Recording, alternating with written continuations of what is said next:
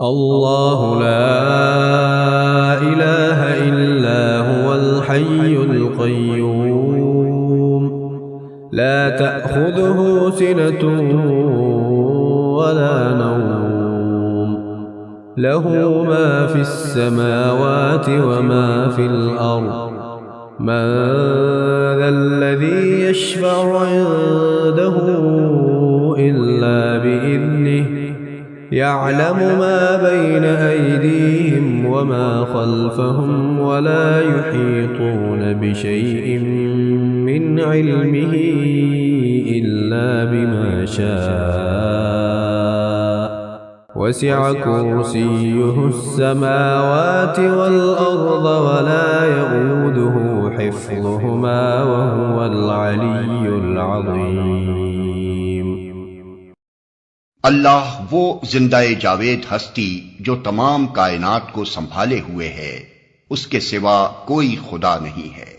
وہ نہ سوتا ہے اور نہ اسے اونگ لگتی ہے۔ زمین اور آسمانوں میں جو کچھ ہے اسی کا ہے۔ کون ہے جو اس کی جناب میں اس کی اجازت کے بغیر سفارش کر سکے؟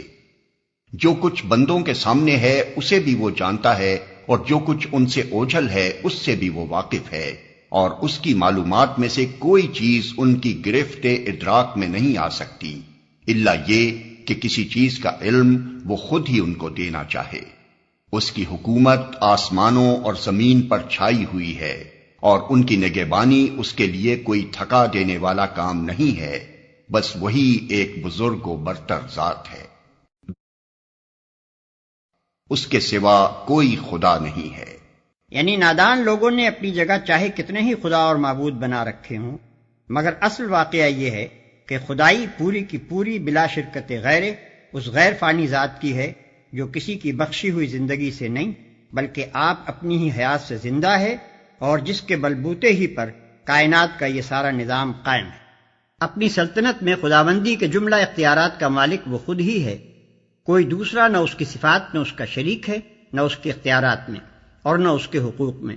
لہذا اس کو چھوڑ کر یا اس کے ساتھ شریک ٹھہرا کر زمین یا آسمان میں جہاں بھی کسی اور کو معبود یعنی الہ بنایا جا رہا ہے، ایک جھوٹ کھڑا جا رہا ہے اور حقیقت کے خلاف جنگ کی جا رہی ہے۔ وہ نہ سوتا ہے اور نہ اسے اونگ لگتی ہے۔ یہ ان لوگوں کے خیالات کی تردید ہے جو خداوند عالم کی ہستی کو اپنی ناقص ہستیوں پر قیاس کرتے ہیں، اور اس کی طرف وہ کمزوریاں منسوب کرتے ہیں جو انسانوں کے ساتھ مخصوص ہیں۔ مثلا بائبل کا یہ بیان کہ خدا نے 6 دن میں زمین و آسمان کو پیدا کیا اور 7ویں دن آرام کیا۔ زمین اور آسمانوں میں جو کچھ ہے اسی کا ہے۔ یعنی وہ زمین و آسمان کا اور ہر اس چیز کا مالک ہے جو زمین و آسمان میں ہے، اس کی ملکیت میں، اس کی تدبیر میں اور اس کی بادشاہی و حکمرانی میں کسی کا قطعاً کوئی حصہ نہیں۔ اس کے بعد کائنات میں جس دوسری ہستی کا بھی تم تصور کر سکتے ہو، وہ بہرحال اس کائنات کی ایک فرد ہی ہوگی، اور جو اس کائنات کا فرد ہے وہ اللہ کا مملوک اور غلام ہے، نہ کہ اس کا شریک اور ہمسر۔ کون ہے جو اس کی جناب میں اس کی اجازت کے بغیر سفارش کر سکے؟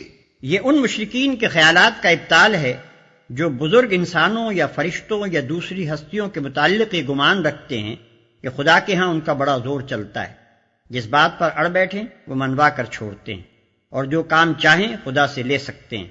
انہیں بتایا جا رہا ہے کہ زور چلانا تو درکنار، کوئی بڑے سے بڑا پیغمبر اور کوئی مقرب ترین فرشتہ اس بادشاہ ارض و سما کے دربار میں بلا اجازت زبان تک کھولنے کی جرت نہیں رکھتا، الا یہ کہ کسی چیز کا علم وہ خود ہی ان کو دینا چاہے۔ اس حقیقت کے اظہار سے شرک کی بنیادوں پر ایک اور ضرب لگتی ہے۔ اوپر کے فقروں میں اللہ تعالیٰ کی غیر محدود حاکمیت اور اس کے مطلق اختیارات کا تصور پیش کر کے یہ بتایا گیا تھا کہ اس کی حکومت میں نہ تو کوئی بالاستقلال شریک ہے اور نہ کسی کا اس کے ہاں ایسا زور چلتا ہے کہ وہ اپنی سفارشوں سے اس کے فیصلوں پر اثر انداز ہو سکے۔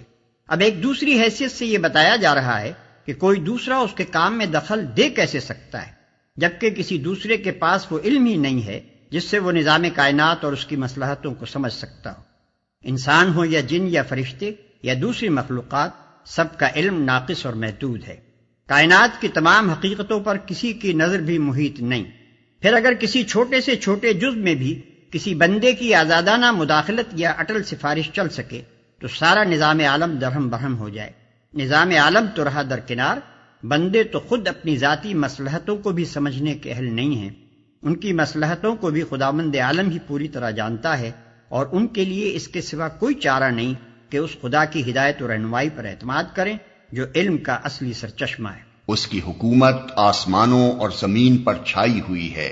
اصل میں لفظ کرسی استعمال ہوا ہے، جسے بالعموم حکومت و اقتدار کے لیے استعارے کے طور پر بولا جاتا ہے۔ اردو زبان میں بھی اکثر کرسی کا لفظ بول کر حاکمانہ اختیارات مراد دیتے ہیں۔ بس وہی ایک بزرگ و برتر ذات ہے۔ یہ آیت الکرسی کے نام سے مشہور ہے، اور اس میں اللہ تعالیٰ کی ایسی مکمل معرفت بخشی گئی ہے جس کی نظیر کہیں نہیں ملتی۔ اسی بنا پر حدیث میں اس کو قرآن کی سب سے افضل آیت قرار دیا گیا ہے۔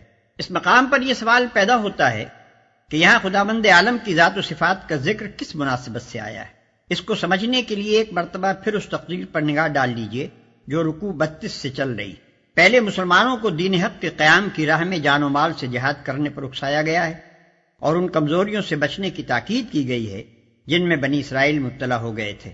پھر یہ حقیقت سمجھائی گئی ہے کہ فتح و کامیابی کا مدار تعداد اور ساز و سامان کی کثرت پر نہیں، بلکہ ایمان، صبر و ضبط اور پختگی عزم پر ہے۔